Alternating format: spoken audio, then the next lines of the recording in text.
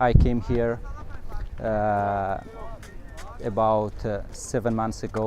We are here for some reasons because we were in danger. به خاطر که اونجا امنیت نداره.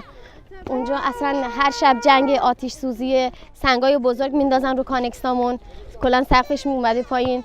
جنگ بین خودشون هم هست، بین مثلا همین فاشیستام هست.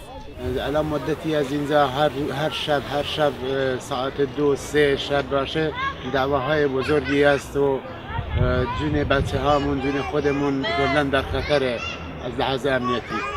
بعدش هم که معلوم نیست، الان یه مدتی زیادیه که ما اینجا تو چادر و اینجور چیزا می‌نشینیم که یعنی اصلا زندگی نداریم اینجا.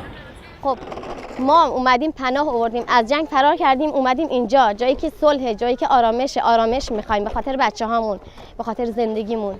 خب این یونیسر الان کجاست؟ من ازشون میپرسم، از مسئولین کم میپرسم یونیسر الان مثلا دیروز بود، روز دوشنبه روز کاری بود، میگم کجاست؟ میگه اونا از ترس نمیان. خب یونیسر که حمایت میکنه مردم بترسه، بعد ما باید چیکار کنیم؟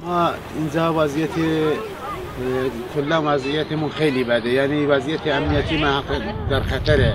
Most of the people are peaceful people. They love Greek, they love European people. So we don't want to bother anyone. We don't want to do something bad.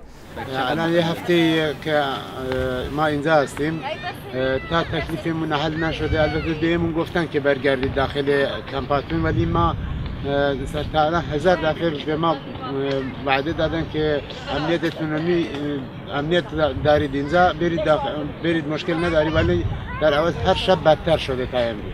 So I'm here until the moment someone take responsibility. Even I be alone, I will continue.